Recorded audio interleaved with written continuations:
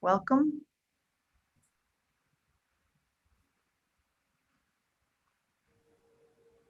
Okay, and I think we are ready to start. Good afternoon. My name is Kelly Blahos, and I am a senior advisor at the Quincy Institute and editorial director of our online magazine, Responsible Statecraft. Thank you for joining us on this very special program, talking about The Hardest Place, the American Military Adrift in Afghanistan's Pech Valley by author Wesley Morgan. We are proud to have Wesley here with us today, as well as two veterans to share and discuss the Afghanistan war experience from the perspective of three individuals who were there. First, if you are not familiar with the Quincy Institute, we are a think tank devoted to ending America's endless post-9/11 wars, and we worked hard as an institution to support the withdrawal of US forces from Afghanistan that we are seeing right now. We promote a foreign policy of restraint over unchecked militarism abroad and new national security approaches that benefit American security, flourishing communities, and liberty at home. Today's program will illuminate an important slice of our 20-year war in Afghanistan, the military view. Wesley Morgan was a freelance journalist embedded with the US military in Afghanistan at the time when Washington was trying to wind down the war after a counterinsurgency strategy that produced mixed results. As you know, it took 8 years to get the troop numbers down to where they are today. So I'm going to pass this over to my colleague, Adam Weinstein, to get the ball rolling and the discussion going. Adam is a research fellow at the Quincy Institute, and his current research focuses on security, trade, and rule of law in Afghanistan and Pakistan. Prior to that, he was a senior law policy analyst at the National Iranian American Council, where he focused on the securitization of US immigration policy and its effect on immigrant communities. Adam served as a US Marine and deployed to Afghanistan in 2012, where he served as part of a US Marine detachment in support of the Australian-led mission in Uruzgan province. I look forward to the discussion, and I now turn it over to Adam to introduce our guests and to get things going. Yeah, thanks for the introduction, Kelly. And as you said, we're joined by Wesley Morgan, and his book, The Hardest Place, is the focus of this. Although we're going to go a little beyond that and talk about different experiences in the war. He was an embed in the Pech Valley, and he previously covered the Pentagon for 2.5 years at Politico. And then we're also joined by now retired Captain Dan Berschinski. He's a graduate of West Point. He served in Afghanistan's Arghandab River Valley in Kandahar, which the Soviets called the Heart of Darkness, and some Americans have called the Devil's Playground. And he served there in 2009. During his deployment, he was severely wounded by an IED. And after years of physical therapy, he became the military's first above-the-knee and hip disarticulation amputee to walk on a daily basis. And we'll get into that a little more later. I'm going to be looking at my notes a lot, and I'm going to be reading some excerpts from the book because this book is so well researched, so many citations, so many original interviews, that it would be a shame to miss some of these compelling quotes. It's a very dense book, and it's a long book, and yet it's one of those books you can't put down because you really feel like you're there when you read it. It's one of those rare books that makes you feel like you're there, but is also really rich in citations and facts. So I'm just going to open it up with this, Wesley, which is, what did your family and friends think about you leaving as, I think, a college student to go to Kandahar in 2010 and report on the war? Well, I think they were used to it by then. I had started going to Iraq in 2007.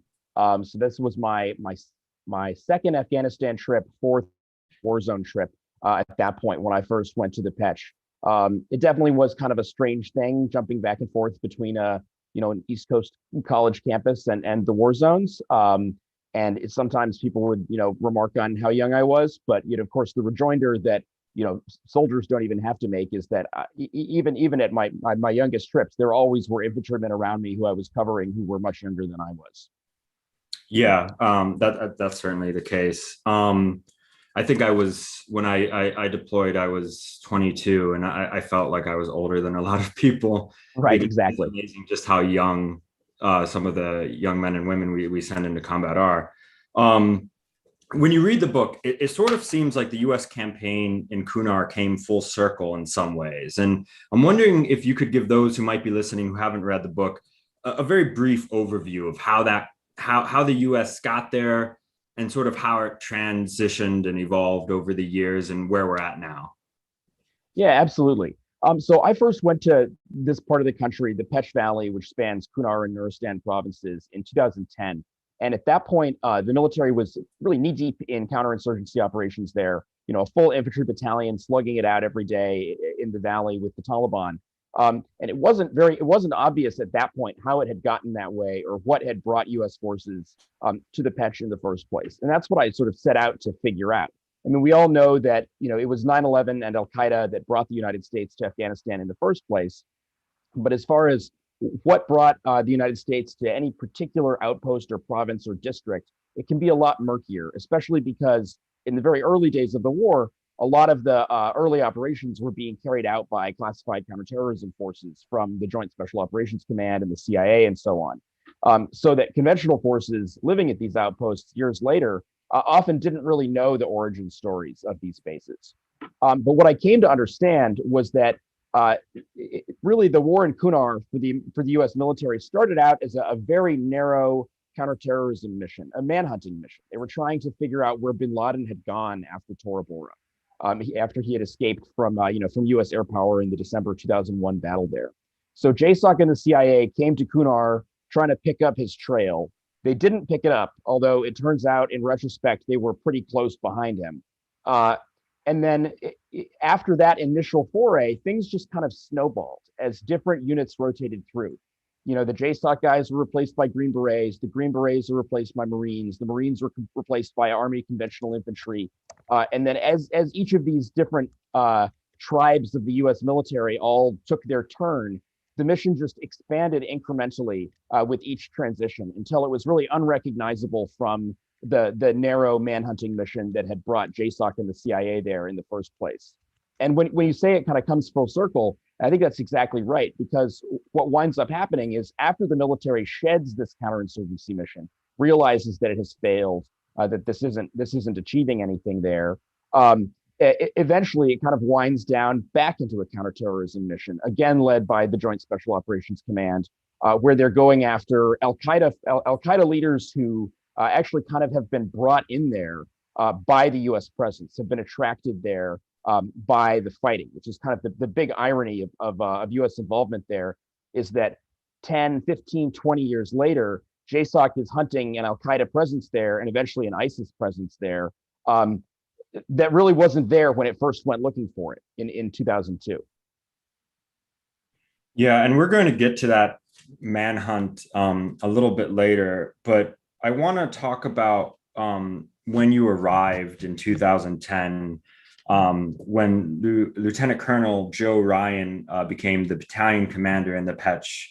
And he had served there several years earlier as a ranger, and he had seen some of this transition up close. And in fact, as the battalion commander, he comes in believing in the mission, and then I think when he leaves, he doesn't believe in that mission anymore. Would you say that's a fair characterization?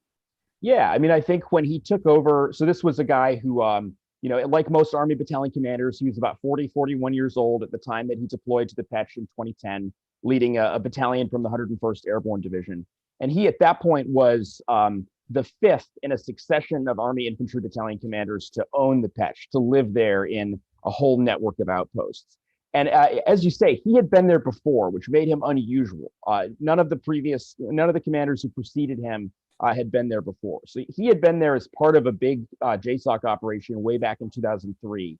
And then he came back in 2010 to see this totally transformed effort, where before it had been Rangers driving around in pickup trucks, just kind of seeing what they could find. Now it is this war of heavily fortified outposts, U.S. troops driving around in big hulking armored vehicles, and just daily gun battles and artillery battles that really have left the population of the Pech Valley pretty cold to both sides, as they are kind of caught in the crossfire between insurgents and counterinsurgents struggling for control of this valley. So I think, yeah, when he came back in 2010 and first deployed with his battalion, he describes kind of having an expansionist mindset, just like every other battalion commander in the country. I mean, this was at the height of the Obama administration's surge. U.S. troop levels have essentially tripled in the preceding 2 years, from 30,000 to approaching 100,000. And everywhere else that I went in the country that summer, from Helmand Province with British Marines to Kandahar, where Dan served, with other 101st Airborne units. Coin was the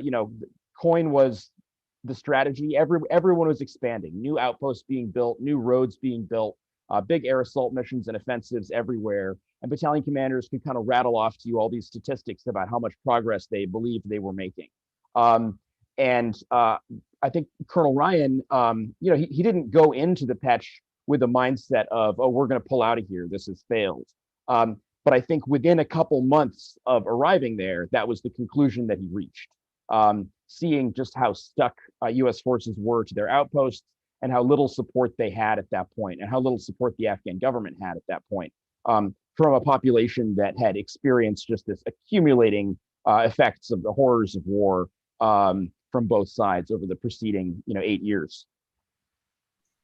Yeah, I'm a veteran of the Marine Corps, and I served in Uruzgan province, as I said earlier, but I had gone to Kandahar and Helmand at times. And the war was intense in the South, but I think IEDs, which we're going to talk about later, were one of the main things that the troops faced.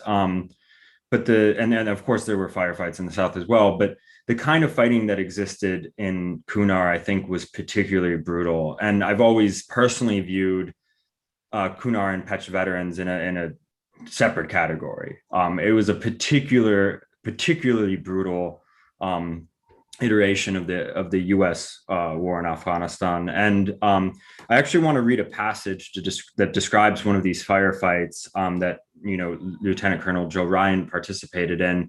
And I don't typically read passages in book talks, but I think it's necessary to read this just so that the viewers really get an idea, a sense of what kind of fighting we're talking about.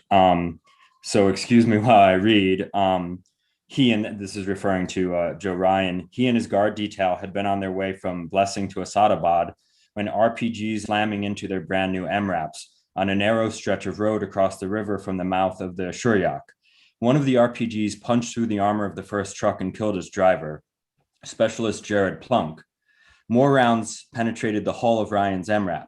Inside, the colonel was unhurt, but his interpreter and a soldier in the back seat had been peppered with shrapnel, and the turret gunner, Specialist Blair Thompson, slumped down on top of Ryan, bleeding heavily from a large wound to his back.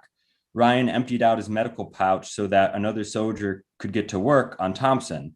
The truck needed to get out of the ambush zone, but the driver was temporarily blinded. So while the driver held his foot on the gas, Ryan leaned over and steered the vehicle out of danger.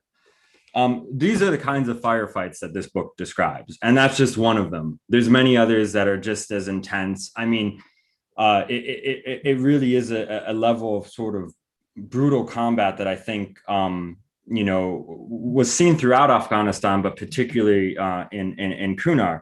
And yet, I mean, Joe Ryan seems to be like the epitome of the quiet professional. Is that right? Yeah, my impression of Colonel Ryan is that he was a very calm, cool type of commander. I mean, he had a command style that was very even keeled. There were other commanders who had similar styles and different styles. Some who were sort of more overtly emotional. But yeah, he's a guy who if you ever heard him raise his voice, you kind of got the impression that even that was kind of a thing that he was doing with calculated effect. So there were two incidents that you described in the book that changed Colonel Ryan's view of this mission. And incident one was that ISAF and the Afghan government wanted to know if the Afghan police, who were supposed to be securing the Chapadara district ahead of parliamentary elections, were doing so. And so they went there. His men went there, and they found a few police. They found the provincial governor was in safe in Kabul, not even manning his post. There were a few police left who, were talking directly with the Taliban and basically letting them know the Americans were there. In fact, at one point in the book, you described the police chief handing the radio to the colonel himself to talk directly with the Taliban commander. And basically, it was pretty apparent that there was an understanding between the police and the Taliban and other militants not to attack each other unless the Americans showed up, and that the police weren't really securing the district. The Taliban were running the show, and the police had made their own arrangements with them. And during this firefight, a Chinook goes down and gets stranded in this valley, and they have to fly in a pilot who had been a Marine and then joined the U.S. Army and became a pilot, and he's able to fly the damaged helicopter out, and everybody gets out, but the colonel begins to think, what could have really gone wrong? We could have lost dozens and dozens of men, and for the sake of what? To see that the police had made a deal with the Taliban. This wasn't advancing parliamentary elections or anything like that. And then the second event is on the day of the 2010 parliamentary elections. And I think I'll read the top of page 311, because there's a quote that describes the thinking of the colonel. And he says that it was the blinding flash of the obvious that day. They hate us here. They were not against they being the villagers. They were not against the Afghan government, not against voting or democratic approach. They were against America, Americans, foreigners. And so he really felt that, we often talk about winning heart and minds. I think he really felt a disconnect from the local inhabitants of the Pech. And as we get into talking about Haymaker, which is another chapter in the book, I think viewers are going to understand a little bit more why there was this disconnect. But can you speak a little, to this transition in the colonel's mind about the worthiness of this mission? Yeah, I mean, I think he, in those two events that he describes, he really saw very starkly something that was to some degree in evidence every day during the fighting at that point in the war, but hadn't been as clear earlier to previous commanders, but it had really crystallized by 2010, which is that American forces were drawing in the violence. So Chapadara district is a place way up the Pech, kind of just outside the reach of American troops. The succession of units had tried to bring Chapadara inside their security bubble and had not been able to. And so Colonel Ryan and his battalion came in intending to do the same. We're gonna expand and bring Chapadara into the security bubble, extend the writ of the Afghan government there. But the more they tried to go out there, culminating in this incident during the lead up to the parliamentary election, they would find that it was a pretty quiet place until they showed up. And so for Colonel Ryan, I mean, I think what that illustrated, and then what happened on election day illustrated, when actually the insurgents didn't attack the polling sites, they attacked his platoons, which were offset from the polling sites. Was that to him and to his chain of command, his brigade commander and his division commander and so on, he was reporting to, and who were helping him make the case for withdrawal to higher headquarters in Kabul. It showed kind of that at this point we are the problem here. Which is not to say that had always been the case in the Pech. I mean, I think the situation that he saw in 2010 would have been pretty much unrecognizable to Colonel Chris Cavoli, the battalion commander there in 2006, 2007, who built all these outposts and did so at a time when the population of the Pech Valley and its tributaries, for the most part, were much, much more receptive to the U.S. presence. But what had happened in those intervening 4 years was just the brutality of the conflict had intervened and had made the cost of war and the cost of supporting U.S. involvement too high for people. Among the things that had happened were, U.S. units come in and they make mistakes. Fighting an infantry war is really dangerous, rough, dirty business, and units will make mistakes. They'll A car will be coming at them too fast on the road, and a nervous soldier will escalate force and shoot at the car and kill civilians. A mortar round will fall short and kill civilians. And so I think villages that, early on had been willing to kind of forgive and forget and give the benefit of the doubt over these kinds of incidents stopped being able to forgive and forget and give the benefit of the doubt as more and more of these incidents accumulated with each new unit introducing itself into the situation. And also, over time, kind of the reach of U.S. troops in the valley shrank. As IEDs became more prevalent, as the sort of tolerance for casualties became lower, you can kind of map it out actually, looking at the places that the firefights were happening. In 2010, Joe Ryan and his battalion, as illustrated by that incident that you read a little while ago, where his MRAP gets hit by the RPGs, they were fighting right on the Pech Road itself. That was their battlefield in large part. A couple of years earlier, the Pech Road itself had been very, very quiet, and the fighting had been up in the hills. But over time, U.S. units had become kind of restricted to the road for the most part, had become much more bound to the road and to their outposts and to their armored vehicles. And as a result, the fighting followed them.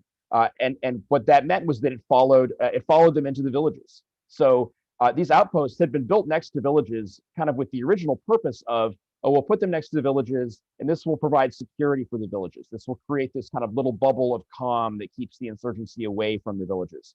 But eventually, it's the opposite that happens. And these, it's instead of bubbles of security, they become kind of bubbles of conflict and danger surrounding the American outposts that the villages are trapped within. Yeah, I mean, I think throughout the book, it's clear that U.S. troops eventually become magnets for the insurgents. And even the incident that we were talking about, where the colonel on the actual election day takes his men away from the polling sites, and actually is purposely acting as a magnet. Let's absorb the insurgents' fire, so maybe they don't attack the polling sites. But right. And he does that kind of as an experiment, also to see to what degree this hunch that he has that we're the problem here holds true. To what degree, if he puts his troops away from the polling sites, which one will the insurgents attack? And I guess another anecdote about just how mistakes can happen. A close friend of mine who was in my same unit but didn't come on the Australian mission and stayed in Helmand told me a story about how a young Afghan boy, maybe a young teenager or still a boy, was running towards him and a couple other Marines with a wheelbarrow, and it wasn't clear what was in it. And they were very, very close to shooting that young boy because they were afraid it was a suicide attack or something like that. And these are very quick flash judgments. Thankfully, it didn't turn out to be a suicide attack. They didn't kill the young man, but these are split-second decisions, and you can really destroy relations with a community if you make the wrong one. And I want to talk about how the mission transitioned. And to be fair to the book, this book goes in depth year by year over the last 15 years or so, or even the last 20 years, actually. But I want to talk about the Haymaker mission, which was eventually the war in Kunar and Nuristan transitioned somewhat to a drone war, and with mixed results. And I'm going to read some quotes from your book that describes this drone war. One special operations officer said that Haymaker scared the shit out of everybody. And an intelligence analyst said Haymaker was a crowd pleaser because they were killing lots of militants and keeping terrorists and Taliban on their toes. And I can somewhat relate to the effect of drones and air power because, I served alongside a joint terminal attack controller. So I can see how air and even the buzzing of drones can burn targets and scare Taliban. If there was too much air power stacked up, the Taliban wouldn't come out to fight because they were terrified of airstrikes. That was the one thing they were terrified of. And in the case of Haymaker, it was drones.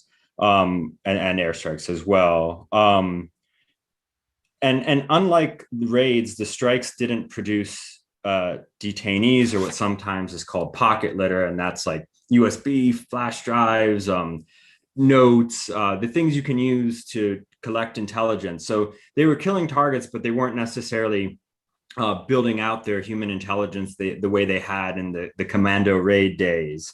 And there was also a lot of civilians who were killed, or perhaps not civilians. They were low-level Taliban fighters, but they weren't the high priority targets that Haymaker was going after. You cite in a 14-month period, the SEALs and their helpers had killed their intended targets a little over 60% of the time in 56 strikes. Now, of course, a lot of the collateral damage were low-level Taliban fighters, not necessarily civilians, but they weren't just killing their intended targets.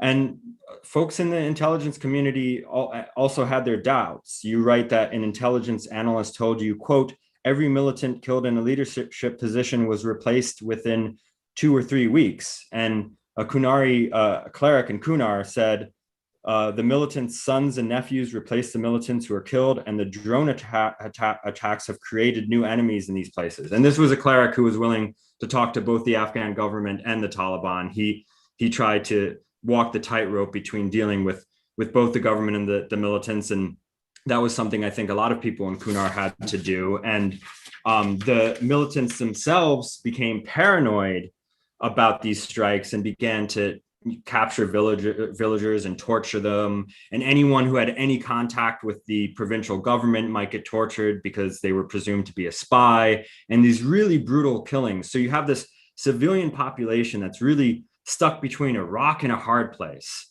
where they're getting killed by the Americans, and they're also getting killed by the Taliban for being alleged spies for the Americans. So I'm wondering if you could, add a little more context to all of that. Yeah, absolutely. So I'll just describe briefly what Operation Haymaker was and its origins. So in 2011, as the U.S. military is extracting itself from the Pech on the ground, 2011, 12, 13, it's closing its outposts, coming out of this place where it feels that its counterinsurgency approach has failed.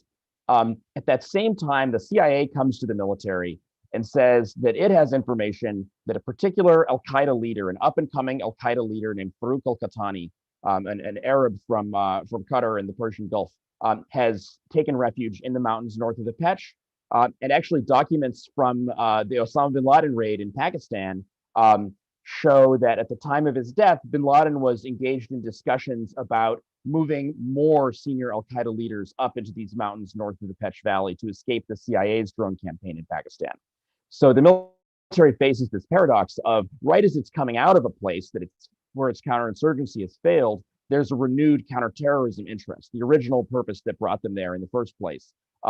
There's a serious al-Qaeda guy that the CIA is telling them, you need to put a lid on this guy and find him and kill him, or keep him from plotting external attacks. And so the solution that the military's Joint Special Operations Command comes up with is this drone campaign that they call Operation Haymaker.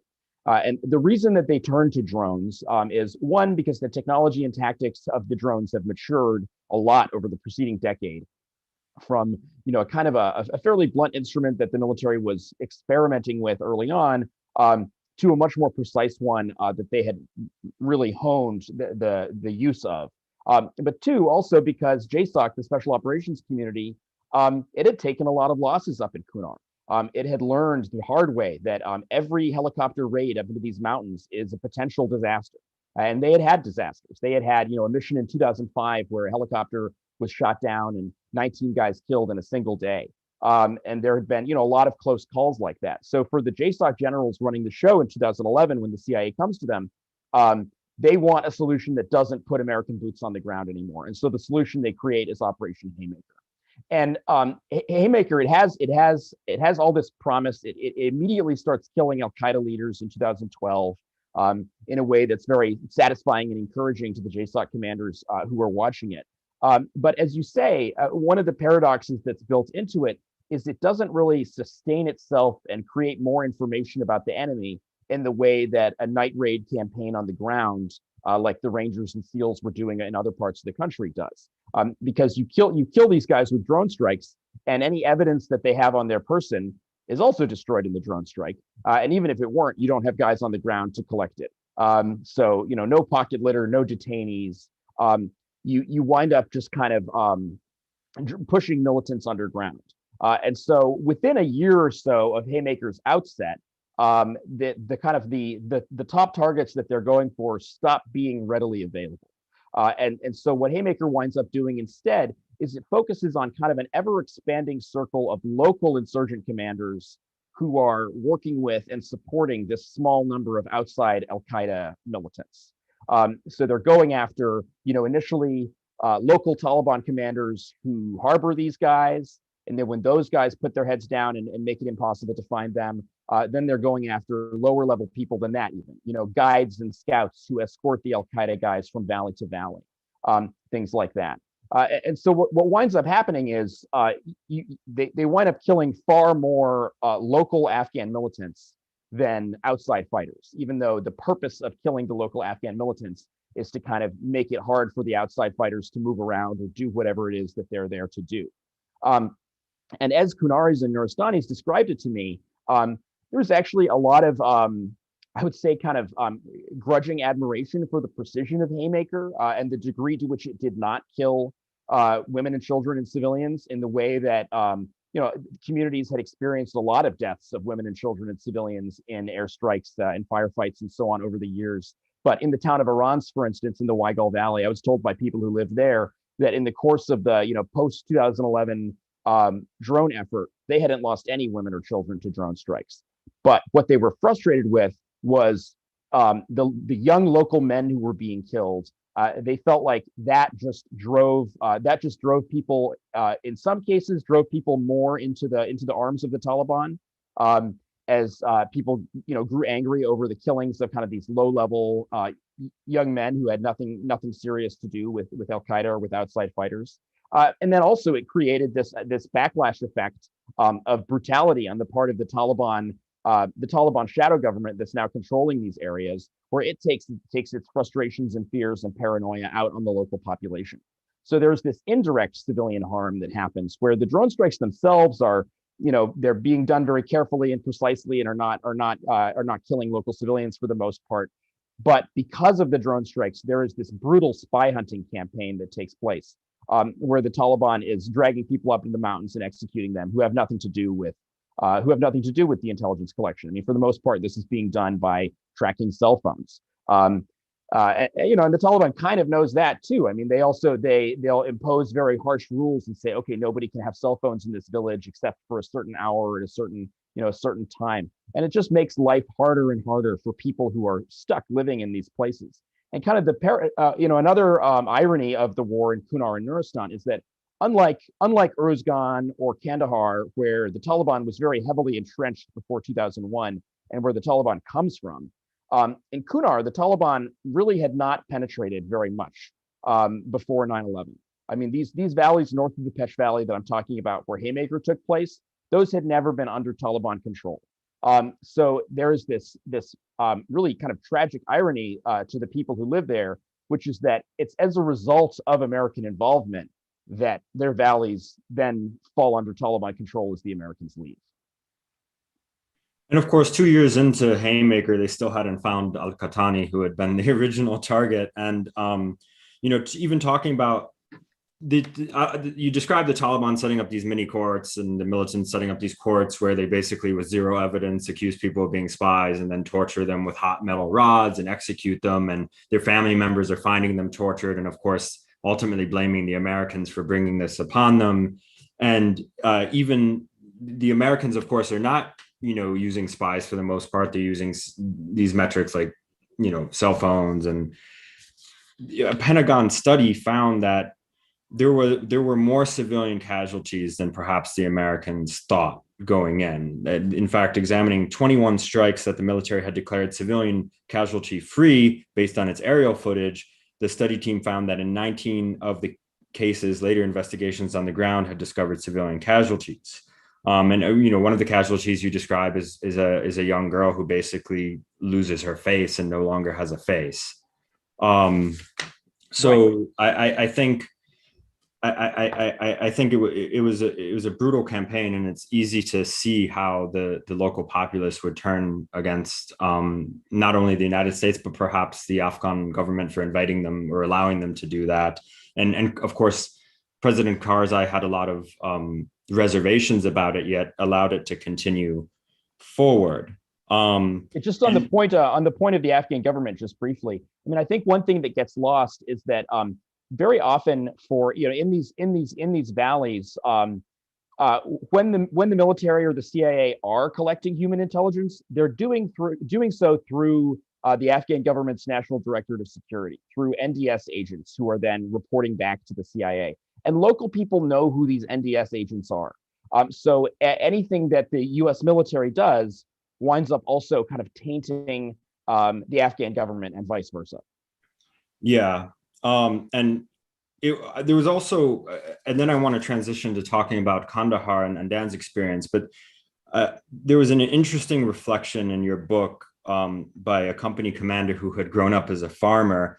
And as you described, Haymaker begins to, zoom out and include all kinds of low-level militants and not the high-priority targets. And one of those targets is killed. And there's a quote from the company commander who basically says he has mixed feelings about the guy's death, and quote, essentially, we made him what he was by taking over his lumber yards and land without really compensating him. And this is a low-level commander who had a lumber yard in Kunar, and basically the Americans built an outpost on top of it and didn't compensate him and sort of drove him into the insurgency. And eventually he gets killed. And this company commander, partly due to his roots as a farmer himself, thinks, well, I would have taken up arms against someone who took over my farm and didn't compensate me. Right. And so, yeah, the guy he's talking about, a guy named Haji Mateen, was right in the middle of, so in the Korangal Valley, one of the side valleys of the Pech, is a great example where we can see really clearly how the U.S. military got sucked into something that it didn't understand, which in the case of the Korangal, it got sucked into essentially a commercial war over logging prices and logging rights. There's this great this cedar wood that comes from the forests high in the mountains above the Korangal. The Korangalis were becoming wealthy off of, and the U.S. military was used by the Korangalis' commercial rivals and middlemen as muscle, and so that's kind of what sucks the U.S. into the Korangal. And a succession of units are stuck in the middle of this timber dispute, in which one side brings in the Americans as muscle, and the other side brings in the Taliban as muscle, and then the Americans and the Taliban are left in this arena to fight against each other. Okay, well, we could talk about this book probably for 10 hours. I highly recommend everyone read it. And I think it's the only really comprehensive account of the war that took place in Kunar so far.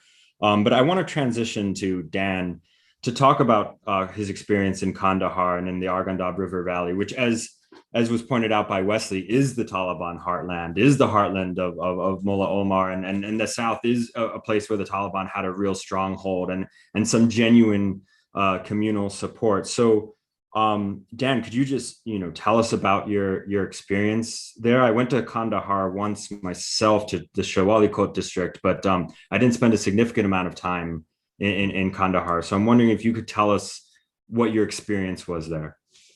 Sure. So I was a 25-year-old infantry platoon leader, just conventional infantry. It was my first deployment, would end up being my only deployment because I got wounded just a few months into it. And we arrived in the summer of 2009 in July, I believe, early July. And as you mentioned, it was known to be the traditional home of the Taliban. I think one of the first rifle ranges we went to just to check all of our weapons and equipment was in or around the traditional home of Mullah Omar, one of the founders. So we knew we were walking into a bad area, but what struck me the most as a young officer, again, on my first deployment, was just feeling like we had very little preparation. Of course, the unit had trained stateside, as Army units are constantly training, whether they're going on a deployment or not. But what I mean is, when we got to Afghanistan and I started asking questions to my superiors, like, where are we going? What are we doing? What's our overall purpose here? There was nothing more than the standard, well, we're here to provide, security and stability to the Afghan people. So what struck me, having read a good portion of Wesley's book, is it seems like the forces went into the Pech River Valley kind of trying to build intelligence and build awareness, which is one approach. Whereas I landed in 2009, 8 years into our occupation of Afghanistan, in the traditional home of the Taliban. And if you think if there was anywhere in the country where we already have intelligence prepared and a plan in place, you would think it would be Kandahar. And so what struck me was being there, asking questions, and just being told, we really don't have much to tell you. I mean, the briefings I got from my battalion military intelligence planning shop were just as rudimentary as you can get. And so drawing a connection between my experience in the Arghandab and then the northeastern mountain valleys is America had been there for 8, 9, 10, now 20 years, and yet our intelligence just really was not robust. I did not feel like intelligence was driving our operations at the tactical level. And I just want to remind the audience, now that we're in our last 20 minutes, that they're free to submit Q&A questions into the chat. We've gotten a couple so far that I might go back to, but just to let everyone know to feel free to submit questions either to Dan or Wesley or myself. So Dan, you sustained a significant injury while serving in the Arghandab River Valley. And I wonder if you can walk us through that and how it transpired, if you feel comfortable, and then what happened afterwards.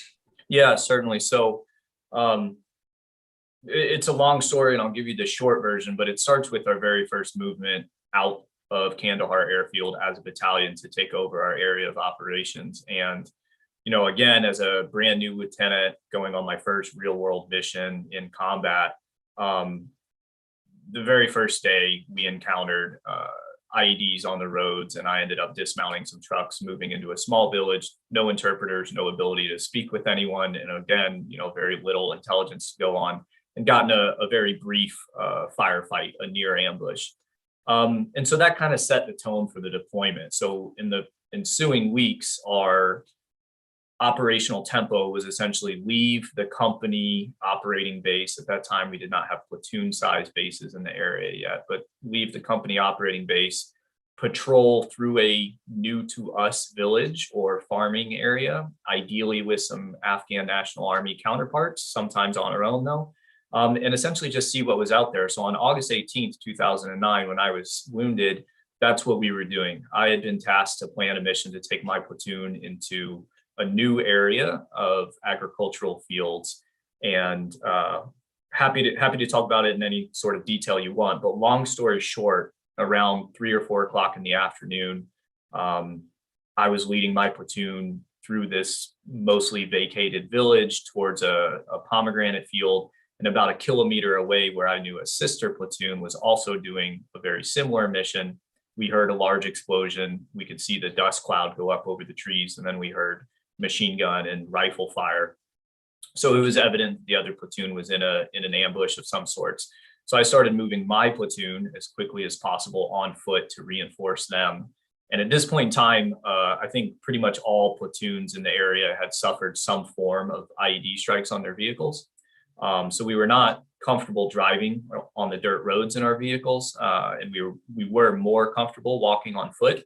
And so we were on foot this day, and while leading my men towards the other platoon's fight, my forward observer, a young private named Jonathan Yanni, was immediately killed, suddenly killed by a IED that went off right behind me, probably about 5 or 6 steps behind me.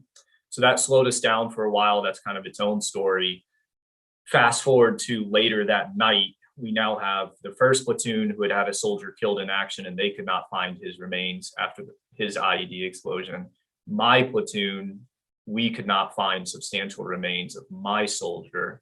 I had been ordered to leave the vicinity of my soldier's explosion, move to the other platoon. This is all in roughly a 1 to 2 kilometer radius of each other. And we had hunkered down for the night with a reinforcement platoon. And so in the middle of the night, while moving within my own perimeter, I stepped on a third IED that must have been a little bit smaller than the other 2 that had already gone off. And it immediately severed both of my legs, but did not kill me outright. I landed, after the explosion, I landed right there in the crater, which is what allows me to be here speaking to you today. So the medics were able to get to me. They treated me.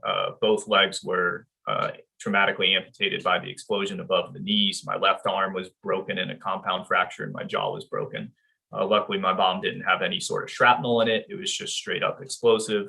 And my medics, who were also experiencing their first taste of combat, heroically kept me alive for over an hour on the ground until a helicopter of Air Force PJs picked me up and flew me back to Kandahar airfield.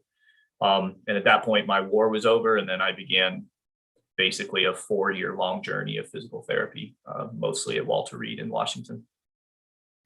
Now, I mean, I think it's fair to say that if the drone strikes and the airstrikes took a psychological toll on the Taliban, it was the IEDs that really took a psychological toll on US troops because they were just so unpredictable. And of course, for Afghan civilians, they were subjected to both. Sometimes civilians had a knowledge of where IEDs were placed, but sometimes they didn't. And in fact, you have an excerpt, by the way, Wesley, in the book where the Afghan National Army, who have taken over for the US troops in Kandahar, are crawling over a booby-trapped bridge filled with IEDs while under fire. And a US officer describes it as the kind of thing we'd be handing out medals of honor for. But of course, IEDs, particularly in the South, were a source of concern for US troops there, both walking and while in vehicles. And I think it's important, frankly, that people understand the morbidity of these stories, understand that, somebody's remains are strewn about a large area and sometimes they're not even found. I mean, that is the reality of what an IED does to the human body. And of course, airstrikes sometimes do similar things, although not always, depending on the kind of munition. But I want to talk a little bit about your path to recovery and what it's like, to come back as a wounded warrior, and what is sometimes, I guess, referred to as the injury treatment retirement pipeline. And if you can give viewers a little more context about that. Yeah, well, I will say, if there is any sort of silver lining to war, it's probably that it often results in some pretty significant improvements to medicine and emergency treatment. So I got both my legs blown off above my knees in the dirt in Afghanistan. And I am here today. Injuries like mine, wounds like mine have occurred in warfare ever since gunpowder was invented. But the fact that I survived and many other veterans of my vintage have also survived their combat wounds is a testament to the improvements we've made in medicine. So it's not just the combat care there on the ground, the ability for our young medics to treat us, helicopters to fly us to an ER. And I believe the statistic is something like, if you survive the initial gunshot wound or the initial blast, the initial trauma, and you can get to, an emergency combat hospital in under an hour, I think the survival rate is something like 98% nowadays. And of course, it should be noted that's for our forces, for our side of the fight. It is not for civilians who do not have the resources the American military does, obviously, certainly not for the enemy either. So my journey started there on the ground where the medics kept me alive, but then it really finished up 4 years later at Walter Reed, where I had access to the best prosthetic care in the world, the best surgical care in the world. For better or worse, the orthopedic surgeon who took care of me, who cleaned me up initially, Dr. Kyle Potter, he is probably the best surgeon in the world now for dealing with traumatic amputations due to all of the casualties he treated. Walter Reed it's without a doubt the world center of excellence for amputee treatment and rehabilitation. So that's the silver lining in combat, if there is any. Overall, I would say, I think it's important for anyone watching to understand, I got access to the best treatment and procedures in the world. I thank the US Army for the way they allowed me to recover. I'm appreciative of the US government and everything that that I benefited from. The fact of the matter is I'm a symbol of government funded healthcare, and I receive a pension for my service for the rest of my life. So I think that's kind of interesting when we, not that it's our purview here, but you could dive into some domestic policy issues. So my journey was essentially 3.5 years of physical therapy. Luckily for me, I didn't suffer any significant brain injury, certainly nothing permanent. I almost lost my left hand. I had one finger amputated and the back of my hand had to be repaired, but it's fine today. So I lost both my legs, which is a major inconvenience. But because of the resources that the US government threw behind me, as well as the support of my friends and family, I've been able to recover and lead a productive life.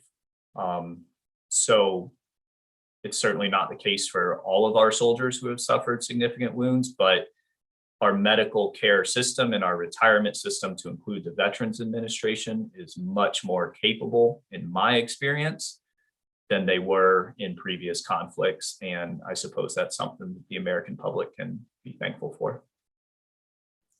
I mean, thank you for telling that story. I mean, about your experience. For a lot of us, I think the war was one part of our lives that,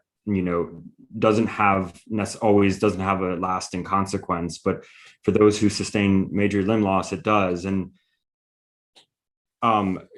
so I think when I was a young Marine and I went to Afghanistan, I was young and I was enlisted, and you imagine that you either are killed in action or you come back fine. For some reason, and I think that's a shared experience for a lot of people. I mean, for some reason, you never imagine you come back without legs. That doesn't happen. And psychologically, I think for a lot of young Marines and soldiers, it's much easier to grapple with the possibility of death versus your life being altered with a life-changing injury. And as you've pointed out, due to healthcare and the nature of the injury, you've been able to lead a productive life, but some haven't. And for some, the war is the defining experience of their lives, and yet they still have a long life to live carrying that burden, whether it be a physical burden or a psychological burden. And so I think it's important to remember when we talk about the legacy of the war in Afghanistan, there's often a focus on those who were killed in action, and in some sense, the relatively low number given the many years of the war. But we also need to remember the thousands of injuries and the hundreds of amputees and how that changes people's lives. And we are sending young Americans into a situation that perhaps they don't fully, they're not mature enough psychologically enough to fully prepare themselves for the consequences. At least I know I wasn't, and I was lucky to avoid the worst consequences. So I think these stories are important to highlight, including the positive aspects of them. But this is why funding for the VA is important. Reforms where they're needed is important, and remembering that when troops come home, the fight doesn't end for all of them. And there's an incredible opportunity cost for people who deploy, and also for people who have to spend months or years of their lives recovering from that deployment. And hopefully with the withdrawal, it's important not to forget about Afghans, but it's also important not to forget about the veterans who have served in these wars. I'd like to take a question from the audience, which came earlier in the talk, and I think maybe Wesley can start with this one, and then maybe we can hear from Dan. When a commander goes from believing in a mission, believing in a mission to not believing in the mission, doesn't a higher ranking official pay heed to their plight or an exit report? And of course, this has been a repeated story throughout the war, which is that when you talk to field grade commanders and above, and especially when you talk to the generals, they have a much rosier, at least publicly, a much rosier account of how the war is going and how it will go than when you talk to, some of the platoon commanders and the battalion commanders. What do you think accounts for this, Wesley? So I'll give the example. I think the one that the questioner is referring to is when Colonel Ryan kind of came to feel that the mission in the Pech had failed. Now, in his case, commanders did listen to him, and he was able to sell a withdrawal from the Pech Valley, and U.S. forces did leave. I mean, by the end of his deployment, he had gotten what he wanted, and the bases had been closed down. But in kind of a perfect example of the way institutional knowledge is not passed down, and the way the wheel kept being reinvented over and over in Afghanistan, what you then saw happen over the subsequent year was a new unit rotate in, a new set of headquarters officers who sent the next unit back out to the valley, not in the same scale and not to reoccupy all the same old outposts, but did send them back out to do a lot of the same kinds of air assault missions that Colonel Ryan had been hoping to see the end of with his withdrawal from the valley. And I think one part of that, it has to do with the type of fighting that was up there that you've alluded to, Adam, and how different it was from the war in the South, the war of the IEDs. I spent a fair amount of time in Helmand and Kandahar as well, walking around in what were these essentially minefields all over the South. And there is a real dread to that kind of patrolling that you just don't find in the Kunar experience. The experience of these long-range gunfights and so on, in which the fighting is really vicious, but there's not that kind of terrifying randomness in the same way. And in some ways, I think that this caused the army to lean into the war in Kunar because it felt more satisfying. It felt like the right kind of war, the kind of war that you want to be fighting. And this is something that I heard sergeants and lieutenants and captains express, constantly as I interviewed, 300 or 400 veterans of the Pech, was that compared to places in the South where they had fought, compared to places in Iraq where they had fought, there was something satisfying about fighting in Kunar, and something that even induced a kind of nostalgia. And I think that this had a compounding effect of drawing the military back in and making it harder to learn the lessons even than it otherwise would have been. Because, an example is big air assault missions where a couple hundred soldiers get in Chinook helicopters and fly up into the mountains. If you look at kind of objectively across the course of the war in Kunar, I mean, there were units that learned pretty early on that doesn't work. At most you kill a few hundred enemy, and you gain a couple months of time and space for whatever it is you're doing in the area, and then the enemy regenerates and replenishes and replaces himself. And yet, unit after unit would apply these same tactics. And what happened in 2011 is a perfect example with these very large air assault operations. After the military had disengaged from the Pech, new commanders sent it back in. Dan, piggybacking off of that question and answer, and also another question, which is, do you think, have we learned the lesson that local populations don't necessarily respond well to counterinsurgency? I mean, from your experience and from your observation of the debate and the withdrawal, do you think the powers that be have learned the right lessons as we leave Afghanistan? I would want to say yes, because as an individual, I believe the things I see with my eyes, and I don't think you can make any sort of argument after 20 years of occupying Afghanistan. You can't make any argument that we succeeded in any meaningful way. I mean, we finally got bin Laden, but that was 11 years after 9/11, and he was in Pakistan. So I want to say, yes, clearly we must have learned a lesson, but I'm educated enough both about the Army and our nation's history that I'm actually much more pessimistic. No, I don't think we will have learned any sort of lesson. I think for a variety of reasons, and I'll keep my response short, America is predisposed to pursue unnecessary, unwinnable wars of choice. And I don't think that we will really learn much from Afghanistan. 3 quick examples on that, and I'll start at the lowest level and end up at the Pentagon. I was a platoon leader in Afghanistan. I graduated from West Point in 2007. 9/11 occurred when I was a senior in high school. Some people may blame me for participating in this war, and that blame is perhaps justified. I did not think Afghanistan 8 years after 9/11, when I was there, was a justified war anymore. I studied, at West Point, what makes wars just and unjust, and Iraq never seemed appropriate to me, and 8 years later, I couldn't defend our occupation, but I still went there because soldiers were being sent there and they needed leaders. And I believed that I could be one of those good leaders. Moving up in echelon to my brigade commander, Colonel Harry Tunnell, he essentially got fired 6 months into our deployment in Afghanistan because he did not believe in counterinsurgency doctrine. He wanted to pursue a counter-terror fight. He wanted to find the enemy, kill them, and destroy their capabilities, much the same that we did in our initial response to Al-Qaeda in 2001. I thought that that response, immediately following 9/11, was appropriate. As an infantryman, I thought Colonel Tunnell was more right than wrong, but at a national security level, I didn't see why we still needed to have brigades, killing terrorists, if you will, but just local Afghans in the name of the Taliban 8 years after 9/11. So Colonel Tunnell as a colonel was correct in the moment, but why is the nation still pursuing the Taliban 8 years after 9/11?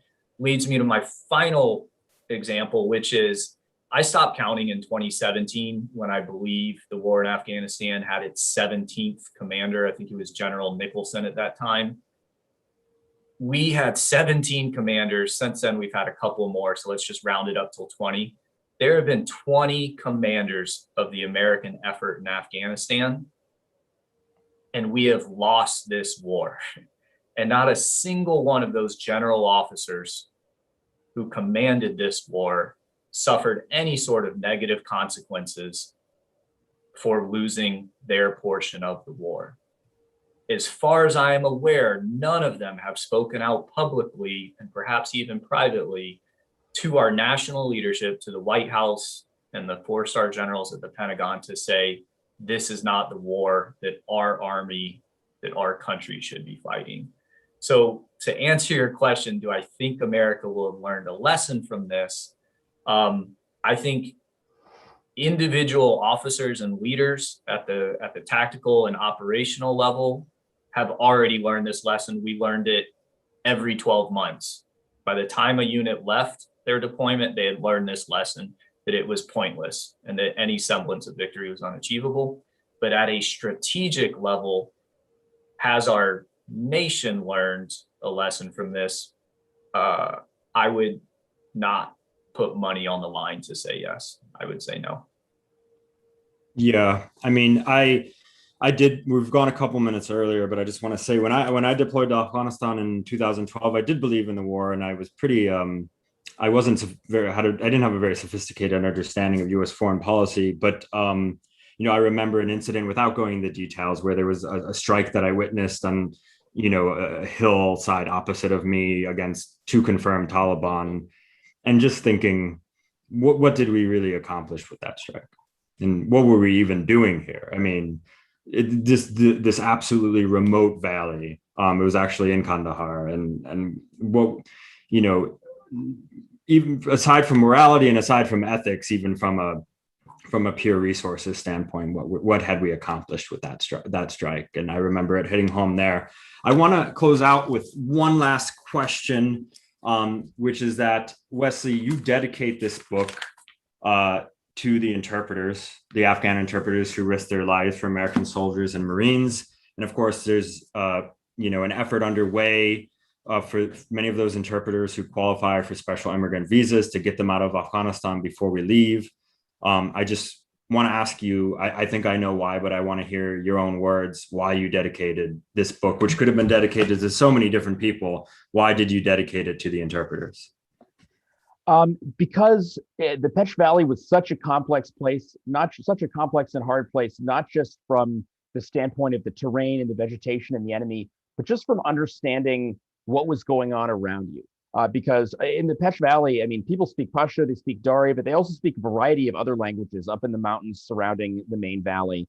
That U.S. forces were so much more reliant on their interpreters, even than they were in other parts of the country. And when they did succeed, I mean, I think the best asset that a platoon leader or a platoon sergeant or a company commander or a battalion commander had was a good interpreter. And they did a lot more than interpret, the good ones. They, in many ways, kind of smoothed over relations, acted as kind of cultural cultural interpreters as well as linguistic interpreters. And they did not receive the same kind of the same kind of support as the Americans that they fought alongside. They also were there for much longer in many cases. I mean, which made them a tremendously valuable asset in writing this book.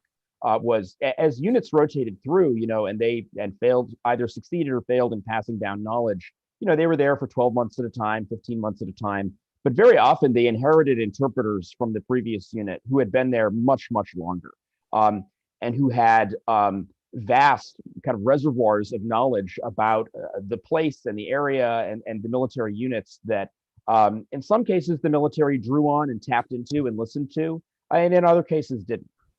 But they were tremendously valuable to the soldiers they worked with, and they were tremendously valuable to the writing of this book. So that's why I dedicated it to them. I feel the same way, and I think it's, my personal opinion is that it's a duty to help protect these people who served alongside U.S. soldiers and Marines and risked their lives. And I think it would be a travesty if during the withdrawal we were to allow them to become casualties. And there is an effort underway. About 18,000 people and their dependents qualify for special immigrant visas, and there's a possibility to process them in places like Guam or outside of Afghanistan where they will be safe. And the Biden administration has given some indications that it will do that, and I hope they follow through. With that, I'd like to thank you and Dan for sharing these stories, some of them hard stories to share, but I think they're very important stories for people to hear. And so I appreciate your time today. I appreciate you staying a little bit after 1, and I appreciate the audience for sticking with us after 1. And I'm going to hand it off to my colleague, Kelly. Thank you, Adam. Thank you for pulling together this brilliant discussion and very in-depth and informative conversation. Thank you, Dan, for sharing your very moving story and for your insights at the end there, very honest insights. And of course, Wesley, thank you for joining us. And just want to remind the audience, Wesley Morgan has just released The Hardest Place, the American Military Adrift in Afghanistan's Pech Valley. Please find it at your local bookstore or online, because as you could hear in this conversation, it is well worth the read. I just wanted to remind folks that we have 2 excellent events coming up next week. On Tuesday, June 8th at 12 p.m., the Quincy Institute will host a discussion on closing the Guantanamo Bay Detention Center with former detainee Mohamedou Slahi, whose memoir about his own detention, it was the basis for Oscar-nominated film called The Mauritanian. He will be joined by Senior Counsel for the Senate Judiciary Committee, Rita Simeon, the ACLU's Hina Shamsi, and Cornell's Aziz Rana. That's Tuesday, the 8th. On the 9th, we have a book launch and talk featuring our Quincy Institute President Andrew Bacevich and his new book, After the Apocalypse, America's Role in a World Transformed. He will be joined by the nation's Katrina vanden Heuvel and American Conservative Magazine editor Helen Andrews. And that's Wednesday, June 9th from 5 to 6 p.m. So check out the dates and the times and the links on our website. And thank you so much to our audience for joining us. Have a